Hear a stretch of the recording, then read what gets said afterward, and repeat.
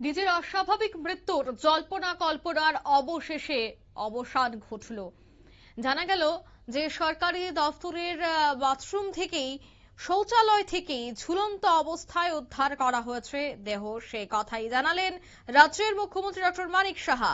গভীর শোক প্রকাশ এবং পরিবার পরিজনদের সমবেদনা জ্ঞাপন করলেন রাজ্যের মুখ্যমন্ত্রী। সে বিষয়ে বিস্তারিত জানবো। টেলিফোন লাইনে যুক্ত হয়ে গেছে প্রতিনিধি নিউজ ভ্যানগার্ডের প্রতিনিধি মানুষদা, আজ সকালেই একেবারে খবর উঠে এসেছে যে অনুরাগ, ডিজিপি অনুরাগ, তার মৃতদেহ উদ্ধার হয়েছে। তিনি আত্মঘাতী হয়েছেন। তারপরে একাধিক প্রশ্ন উঠতে শুরু করে, কিন্তু এইবার সমস্ত প্রশ্নের যেন জবাব দিয়ে দিলেন মুখ্যমন্ত্রী। স্পষ্ট জানিয়ে দিলেন যে নিজ অফিস কক্ষের শৌচালয় থেকেই ঝুলন্ত দেহ উদ্ধার হয়েছে, ঝুলন্ত অবস্থায়। কি জানতে পারছো বিস্তারিত? হ্যাঁ অঙ্কিতা, আজকে সকালেই যখন এই খবরটি যখন ডিজি অনুরাগ ধানপের যখন অফিসে যান, অফিসে উনি কাজকর্ম শুরু করেছিলেন। এই সময় দপ্তরের পুলিশ দপ্তরের কিছু আধিকারিক ওনার দপ্তরে ওনার রুমে ঢোকার চেষ্টা করে, কিন্তু সেই সময় রুমে ঢুকে যখন দেখেন যে ডিজি সাহেব ওনার চেয়ারে নেই, তখন ওনারা খোঁজাখুঁজি শুরু করেন। সেই সময় বাথরুমের দরজা খুলতেই ওনার ঝুলন্ত অবস্থায় যে ওনার দেহ দেখতে পায়। সঙ্গে সঙ্গে পুলিশকে জানানো হয়, পুলিশ উচ্চপদস্থ আধিকারিকরা আছেন। সেই সময় খবর পান রাজ্যের মুখ্যমন্ত্রী মানিক সাহা।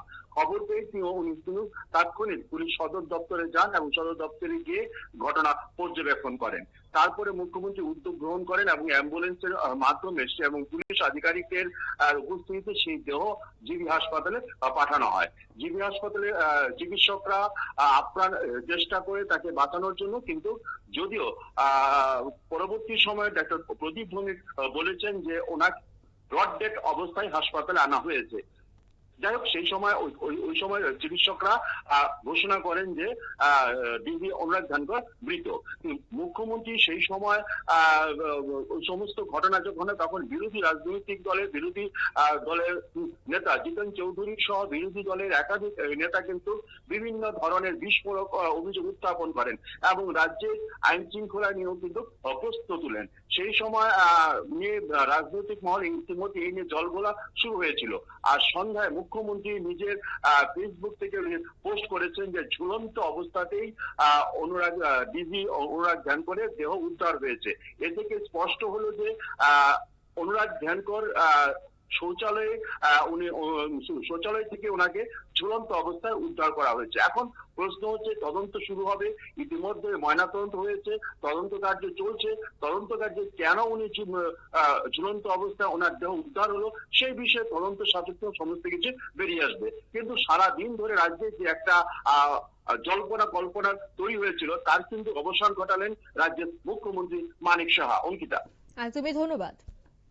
অর্থাৎ একাধিক মহল থেকে একাধিক বক্তব্য, একাধিক মন্তব্য, রাজ্যের বিরোধী নেতৃত্বরা তারা বিভিন্ন প্রশ্ন তুলেছিল। তবে অবশেষে কিন্তু রাজ্যের মুখ্যমন্ত্রী স্পষ্ট জানিয়ে দিলেন যে তাকে একেবারে প্রশাসনিক কর্তারা অর্থাৎ পুলিশ কর্মীরা কিন্তু সেখানে উপস্থিত হয়ে শৌচালয় থেকেই দেহ উদ্ধার করেছে, শৌচালয় থেকেই ঝুলন্ত অবস্থায় দেহ উদ্ধার করে হাসপাতালে নিয়ে যায়।